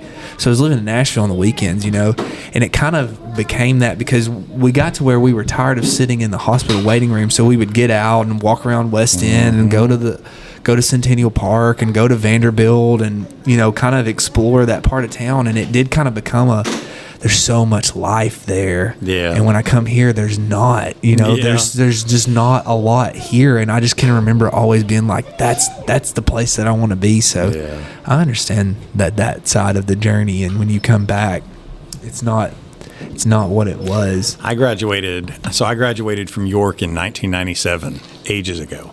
And I know I went back to the high school the year after it. So in 97, 98, I had gone back several times and didn't feel really different. But then years later, my younger brother graduates high school, and we went back for his graduation night. And just walking into the building, everything felt so much shrimpier. Like the rooms felt smaller, and the auditorium felt smaller. The gym, our gym seems so much bigger compared to the one at York. And maybe its dimensions are, but maybe it just felt that way because you've changed as a person. The house we used to live in before Andy was born, when I was in college, up to the time when Andy was like a couple years old, I've not been in it since 2007. But if I went into it today, I've dreamed about it. It would feel different just because we've changed as people and our perspective has changed. Yeah. I think to an extent, the house that I grew up in, which my parents still live there, and I live not very far from there. When I was, when I had went to Roane County to live for a couple years in East Tennessee, when I would come back home every now and then, there was kind of that, this is weird. Like there's something different about this place. Even when I would go up to my room or down to my room, my bed, it was still my bed and the things I had left was still there. But I don't know, it was almost kind of like, there's like a strange feeling about this, you know. I always wanted to come back to Tennessee. Oh, look, we're coming full circle. This is where we started. I always wanted to come back to Tennessee, and I lived with my grandpa. I graduated high school from my grandpa's house, and he passed away in 2006. And then his property kind of sat unused for a while. There was his house and my great-granddad's house, and there was the pond in the back. And at some point, like, the property had to come up to change family hands. And I really wanted to buy it. And I wasn't in a position where we could buy it, but I really wanted to buy it. And I even talked about it with April. Wouldn't it be great if we had a house there? Wouldn't it be great? Like, it wouldn't be Grandpa's house. We would build our house there. But then our kids would come back, and their kids would come back. And then I would be Grandpa Crockett. And it would be a different place. But that's the perspective, too. My wife was, I'm not saying anything bad about her. She's right. We could not move back to Jamestown and live because her job is just not a Fentress County job. Yeah. And I don't know, we've just changed, and our people are just different. I still have family there, and I know heaven will one day look like my grandpa's house, but moving back there is just not in the cards for us now because we're on a different path. It reminds me of when we had our farm in Pikeville. and I was telling you about my great grandpa earlier. It was his farm, and there was a barn that we would put the hay bales in. And I can remember my dad would be out fooling with the cows, and so my brother and I would just walk up to this barn, climb up there. It was like a big pyramid of hay bales, slide down the hay bales, jump in holes, because we didn't stack them like completely tight. It was so much fun, because I remember the first time we found out that there were like little gaps. We were up there, we were pretending it was a spaceship, and we'd be up there like running around, and one day Raji just disappeared. It was gone. And I was like, oh my gosh, because it was, probably 3-4 bales high, pretty tall up there. And I was like, well, are you okay? And I could hear him laughing. He was like, yeah, I'm just like in this little box, because he had just fallen on top of the next bale. So we would find more and just like almost like jumping into a swimming pool. I can remember that barn feeling so big, and I can remember when Mary Beth and I were going to get married. That was when the barn weddings were big, and we had sold our land in Pikeville, and I can remember telling her, I wish you could see the barn we had on the mountain. I was like, it was so big, it would be perfect for what we want to do. And we didn't have kids, we weren't married, we didn't have anything else to do. I was like, let's just drive to Pikeville one day. So we drove up there and pulled up to the farmhouse and looked, and Mary Beth was like, is that the barn? And I was like, yeah. And she was like, it's not that big. And I was thinking, it's not that big, but it used is to it? feel that I way. know, but it used to feel so big. But then when we pulled up and looking at it on the hill, I was thinking, it's just a normal barn, I always used to feel like our family's milk farm had just miles and miles and miles of field around it.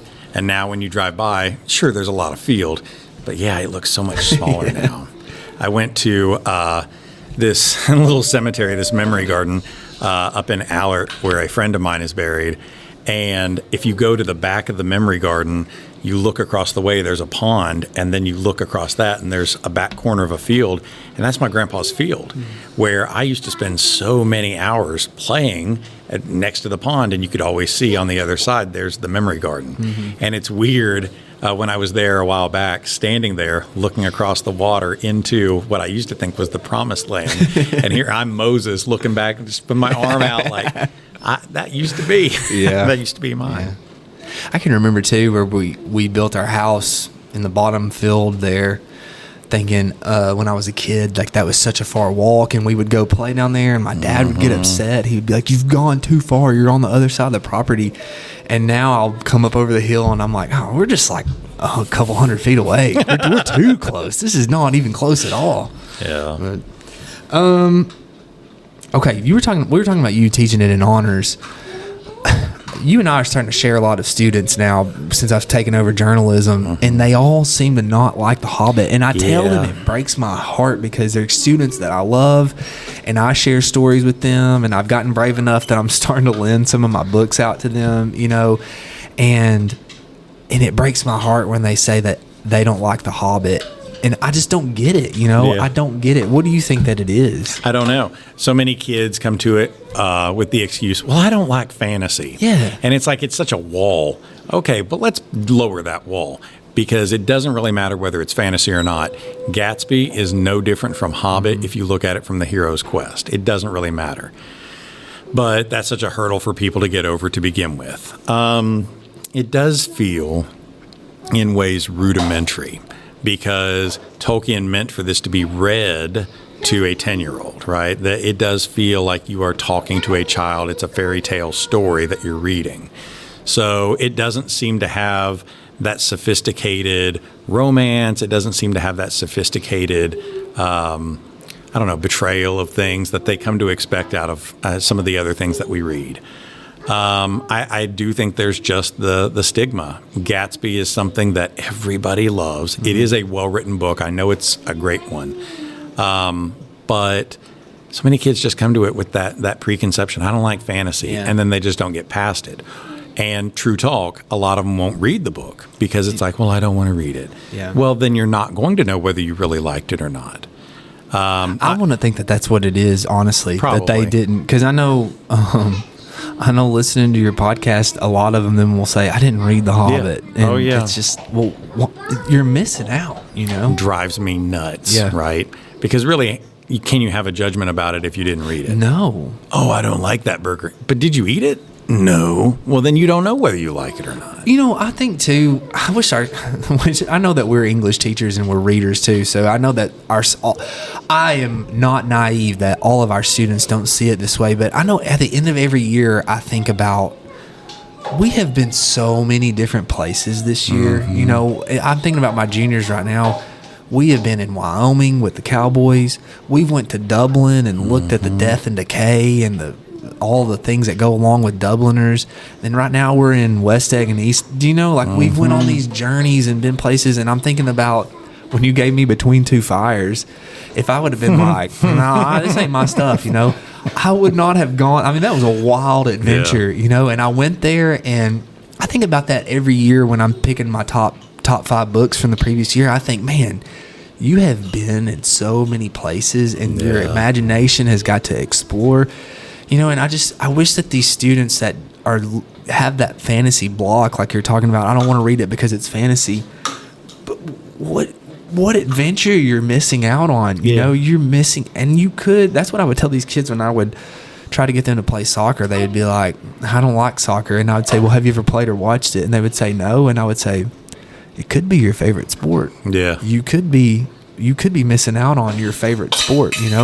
And you could be missing out on your favorite story. You could be missing out on this wonderful gift that Tolkien gave us of Middle Earth. You could be missing out on that, and you're choosing not to. So it makes me upset. It always surprises me, the people who do like it, though, because Pullum, she remarked, "Oh no, I loved Hobbit." Randolph, "Oh no, I loved Hobbit." Copeland, "Oh no, I loved Hobbit." Like so many of the formers that I've had will still tell me, "Oh no, I loved our time with that." And I don't know if they loved the book or they loved our time with it, because it's that Thanksgiving to Christmas time, and I don't know, we just come together. But even this year, in later recordings, I've been surprised by the number of people when I've said, "Oh, I think I'm going to give Hobbit a miss this next year." "Oh no, but I liked Hobbit." Well, where were you? Where were you been? When everybody else was complaining. Yeah, well, there's a few. That's what I'm trying to pull up here, if I can get it to pull up. A few of your students here on Goodreads. We can see who's liked it or not. Oh, Lord. Here we go. You're telling. We're going to call them out, too. Fake Patreon. We don't need one. We got one here. Let's see. Man, why is it not showing there? Oh, here we go. Harley Young. Yeah. 5 stars. On Hobbit? On the Hobbit. How about that? Harley Young, 5 stars. Nathan Aaron has recently read it. Okay. He gave it a 4 stars. Sarah Anderson, 3 stars. I believe it. Aubrey Simmons, 2 stars. I also believe that. But I think Aubrey read it. Yeah. Yeah. Amia Heath. Oh, I would expect Amia gave it like a 2 or a 1. 2 stars. Okay. Yeah. I think that's all I got. Way to go, Harley. Way not to let us down. I'd like to know why she gave it a 5. 5 is huge. I almost never give books 5s. So I wonder why she gave it a 5. I don't know. I'm proud of her, though. Yeah. I'll have to ask her about that tomorrow. I love it. I mean, it was a book that I read on my own. I can remember the summer when I was reading it and just spent the time with it. So it was something that I grew with, And it's also been a book that I used with my first honors class or my second honors class, and it was foundational to what just brought us together. So there's a lot of attachment and growth that I put with the book. Yeah. Well, I guess that goes into the next point here of, I feel like for me, I guess I can't speak for you, but I do feel like Lord of the Rings fans are a little bit different than the Star Wars fans, like... Oh, yes. Like, I don't know, like... I know that Star Wars fans are quote-unquote protective, but I feel like Lord of the Rings fans are, like, silently protective. Do you know what I mean? Like, maybe I'm wrong because I'm not on social media, but I'm thinking about, like, the Amazon series that came out, and I was, like, very cautious about that. I wanted to like it. Yeah. And we watched 10 minutes of it, and I can remember I told Mary Beth, I don't want to watch another minute of this. No. I was done with it. And then, they were talking about the second season's coming out soon. And I told her, she said something about watching it. And I said, I'm not going to watch that. Yeah. And even this animated series with the Rohirrim that's come out, I remember you saying that looks really cool. I haven't opened it up yet. I haven't either. And I'm so scared to, because I'm going to tell you right now, when the Rohirrim shows up to Minas Tirith, that is my favorite part. Yeah. When I read that, it meant, that's what I was talking about, ownership in the movie. when I read that in the book and realized the journey that they took and the hardships that they took, and they got lost in the woods and they had the guidance that they weren't sure that they could trust, and then they finally showed up and it was like, that's exactly what we needed. We needed to hear him, and when he's like giving them that speech and they start charging, man, I cry now every time because I'm like, let's go. Yeah. I want to hop on a horse and run with them, but I'm so scared to watch that because I don't want it to ruin that for me, But then on the flip side with Star Wars, I'm kind of like, I really didn't like The Rise of Skywalker. I think it's awful, but I'm just kind of like, I'll just choose not to watch that anymore, and I'm going to continue. Do you know what I'm saying? Yeah. And I don't know, it's just different. Why do you think that is? And that goes into also like, why do you think that Tolkien's novels are the, I guess, epitome of fantasy? Do you know what I'm saying? Like it. Because I feel like with fantasy, it's like a Western. Mm-hmm. It can be really cheap and poorly done. Yes. Or in this case, it can be a beautiful narrative with deep, complex messages and characters. So I don't know. I always used to assume that there were two distinct kinds of fantasy. There was either the Tolkien or on an epic quest kind of fantasy, or there was the Robert E. Howard, Conan the Barbarian, hack and slash kind of fantasy. It's one or the other. And probably if you look at any of the books or movies that are fantasies, they fit into one of the two. Tolkien came out with his in 1937, and so he's the one who kind of coins for us what dwarves are and what elves are. Sure, we had fantasy stories before that, but did we really have fantasy as such an epic book series up until Tolkien? Probably not. But also, Tolkien comes to us right after World War I and right before World War II, America's involvement. So you're talking about a time when human consciousness is really starting to shift too. I have seen pictures before of war-torn Britain, and somebody had painted on the side of the building, Frodo was here, Frodo lives, something like that. You're just talking about a time when we've really realized that humanity in the midst of its civilization can be so barbaric all at the same time. We could exterminate people with gas weapons and with holocausts and who knows what. And don't we yearn to get back to something like the Shire? But we can't escape our industrialization too. So I don't know, Tolkien presents something to us that's so iconic and filled with good, and we yearn for it. Do you know what kind of drives me? One thing that drives me crazy about Tolkien is he talks about how allegory is cheap, but then it's kind of like, brother, does he? Yeah, he says that he feels like that allegory is cheap and lazy writing, and then it's like, man, are not all of these an allegory to? Right. Yeah, like we've been talking about the British countryside and. Well, have you ever read Pilgrim's Progress? Mm-mm. So I've had several students who really liked Pilgrim's Progress. I feel like that one's a boring kind of allegory. So if Tolkien's talking about that, okay, I can jive with it. But yeah, there are plenty of aspects of his work that are allegorical, and I don't think cheap out at all. Yeah.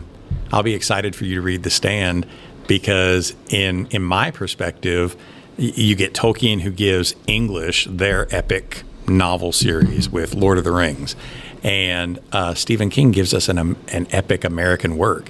It may not be Frodo carrying a ring across the Misty Mountains or wherever, but it is Stuart Redman and Larry Underwood having to go on their epic quest across the mountains. Ooh, and there's several Lord of the Rings references in The Stand too. There's a part where they feel that across the mountains in the dark, there's a red eye that opens and looks at them, and you're just like, bam, bam, bam, bam, bam. I've seen that. Yeah. I know it. Man, I love Lord of the Rings. Yeah. I might go watch it tonight. How many times does it just play in the background at my house? And it's usually on HBO Max. It's the extended editions where I'll just put it on and just let it play while in the background. They're so good. You can't get better than that. No, it's so good. I try to watch Lord of the Rings every fall because it feels like a fall movie to me. It really and I think does. it's because I have really good memories of my friend Josh and Bradley Haston of leaving the fair. And for some reason, I've connected us watching Lord of the Rings together after we would go up to the fair, So every fair time or like fallish time, I know the fair for us is kind of the end of summer, but I get this itch to watch it. And I didn't watch it this year because the kids are more cognizant of what I'm watching, and the orcs, I'm kind of, that's kind of extreme, and I don't feel like they're quite old enough to handle that yet. But so it reminds you of your fellowship. And your fellowship that always in the fall breaks apart and goes their separate way again. Yeah. Well, Mary Beth this year was like, you didn't watch Lord of the Rings, and which kind of surprised me because sometimes when I play it, she'll like roll her eyes, but I think she secretly likes it. Oh my gosh. So there's another fellowship aspect to the stand too, where there is a fellowship that gets together and they must go. And their fellowship has a break too. Oh, man. So the stand, in a way, is like Lord an American version of Lord of the Rings. Yeah. You've sold me. But now, who's our Hobbit? Who's the Gollum? Oh, I know who it is. I already know who it is. I know who it is. And you're going to know who it is as soon as you see him, too. Mainly because he keeps saying, my precious. You're not far wrong. Shoot, wow. You're not far wrong. Wow. All right. What do you rate The Hobbit? Oh, I feel cheap for saying this. I mean, I want to call it a 5 just because I have so much nostalgia, but is that clouding my view? So I'm going to land where I did with Gatsby and give it a 4.5. I gave it a 5. Okay. Yeah. Maybe I'm just stingy with my ratings like this. I think that you should, but man, I just think that these warrant the 5. Okay. If I can't call it a 5, I'm going to land at a 4.5. But you can't. Oh, golly, Bill. What's your 1 to 20? My 1 to 20. This is like a 17, 18. So it's a 5. Oh, then, okay. I think that's where I'm at. Probably like a 17 or an 8. I'm going to say a solid 18 because I don't think it's less than that. I don't want to say it's 19 because when you're getting in the 19 range, you're talking about almost a perfect book. Yeah, I agree with that too. Yeah, so I think an 18 is good. Yeah. Which in my head, which would be 4.5. Oh, okay. Yeah, okay. in my head, Stephen King's The Stand is a 5. Okay. Like that's what I'm trying to judge all other books by, something like that in my head. If I'm talking about craft, I think he does such an exemplary job. All other fantasies have to follow suit. If you're talking about character building, world building, if you're talking about imagery or whatever, tone, flavor, that just stays the test of time. He does it. What about, how much would you buy this at McKay's? A paperback copy of it. If it's a paperback copy of it, if it's the paperback copy that has the really creepy Gollum and the fat Bilbo on the front of it, I would spend several dollars for it, the paperback. If I found a good hardback copy of it, I don't know, 7.5, 8. Okay. Because I don't know that I'm so yearning for a hardback copy of Hobbit. I want Hobbit to be my portable book that goes around with me during the summer. I don't want a hardback of it. I think I would pay $6 for a paperback. Oh, okay. I think if it was a hardback and it was like a good cover that I had seen and had been wanting, I could pay $10 or $12 for it. Yeah. I think. I feel like I've noticed plenty of hardback copies and paperback that go for a lot more though. There's an illustrated version on Amazon that I'm really wanting right now. Okay. But I think it's like $35 or $40. So, yeah. Jeez. I have found out on Abe Books that they have a signed copy version. You can go and look at signed copies that they're selling on there, just FYI. Of Hobbit? Of anything. Oh, man. They had a category just for Stephen King. So, yeah. To the Abe Books right now. Here we go. Well, I'll tell you who I think, what creature you would be in Middle Earth for me, because I come to seek wisdom, and I come sometimes for respite and refuge. So I'm going to say an elf. Oh, yeah. Well, that's really generous. Yeah, I think that's wrong, but that's really generous. I would have expected you. It's not a character, or it's not a race that we see in Tolkien, though. I would have expected you to be a satyr. I know that. So it's like the half man, half goat from Greek mythology. Oh. You see it more in C.S. Lewis's books, but Jack Lewis and Tolkien were so much more together. In Greek myth, they're way wild, rowdy, and everything. And you probably were as a ball player, as a teenager, as all of that. But they're also just so much more in tune with nature, and there's like this half human, half, I don't know, and they're down to earth and everything. I just picture you being more like that. Yeah. Very down to earth, young, fun. Well, you've not seen me with my pants off. I could have. Thank goodness. I could have goat legs under here. That got weird real quick. I feel like there's an innate goodness to you that also I feel like you're just very grounded in the rural and yet collegiate aspect around us too. Thank you. And so maybe I'm conflating satyrs from C.S. Lewis. Maybe that's what I'm doing. Mr. Tumnus. Mr. Tumnus.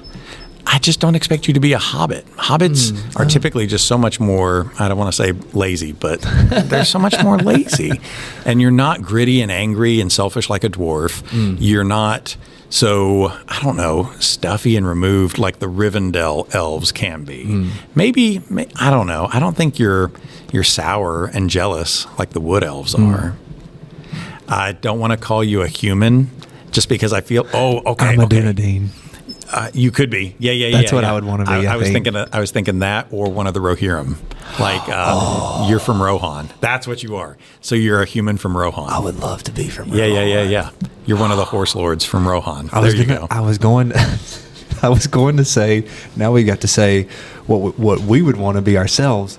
I would want to be a horse lord. Yeah. Okay. Horse folk. What would be your? So you have to be also a dark creature. Ooh. Because we've got our hobbit and our anti-hobbit.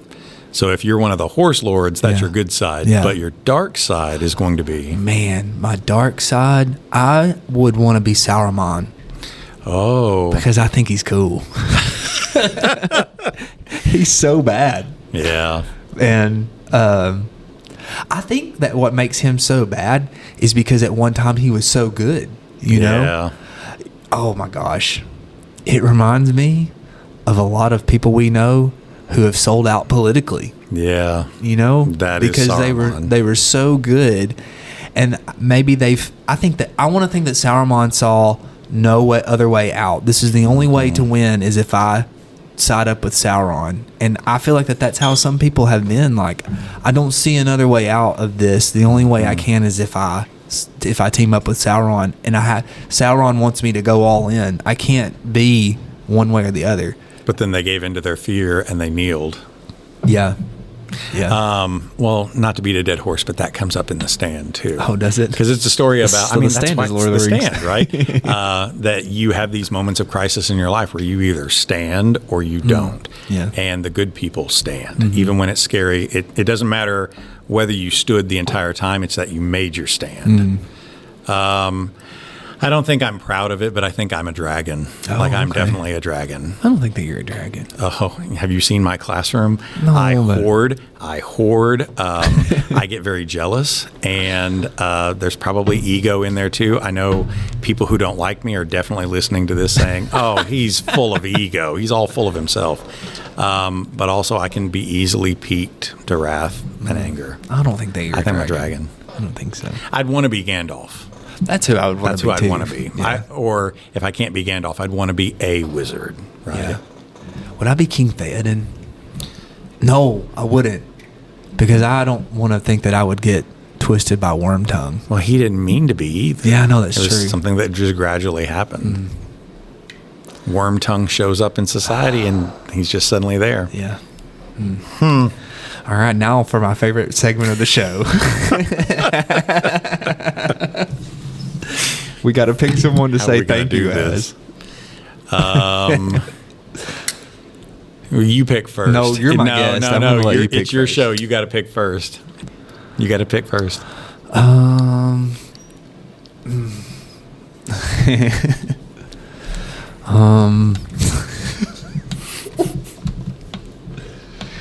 want to do Gandalf, but I do such a bad Gandalf that I can't because I've tried to talk do a like bad him Gandalf before.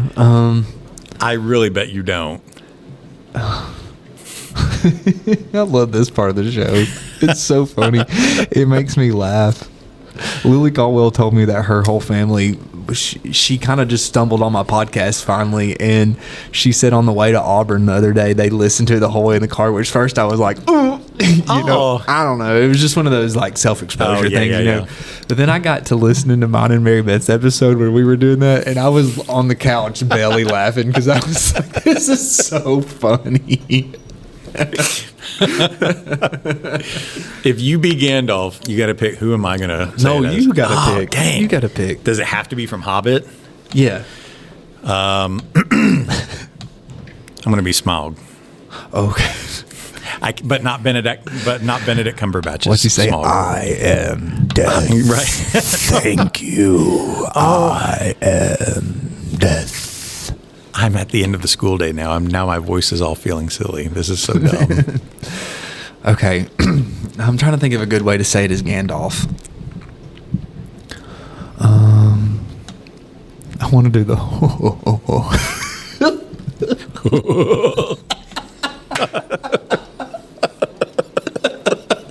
I'm going to go home and watch that part tonight, and I'm going to start cackling when I get to that part. My family's going to glare at me. I'm trying to think of a good way to do it. There's so many ways to go about Gandalf. I'm also afraid to like throw my impression of him out there. I need to look at you like you're.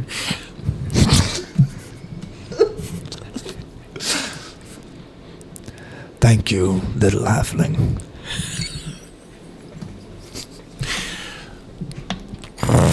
Barrel Rider.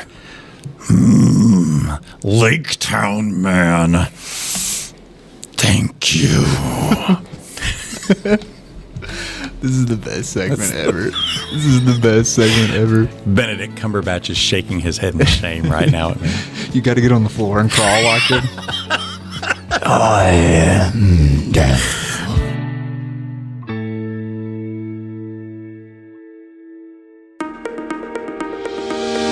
Hey, if you're a fan of good conversations and fresh takes on literature and the kind of school stories that stick with you long after the bell rings, well, I've got a podcast for you. It's called With Honors, and it's where my high school students have taken the microphone, not just to analyze books or talk about our lessons, but to reflect on what we've learned this year, have conversations about what surprised them, how our literature and classroom experiences connect to their real lives. And we talk about everything from symbolism and Poe to the pros and cons of class pets, and all through the voices of smart, curious students who have learned to speak their minds. New episodes drop regularly every week, and everyone is a snapshot of what it looks like when students take ownership of their own learning and have a little fun while they're at it. You can find With Honors on Spotify, Apple Podcasts, and our YouTube channel, so check them out.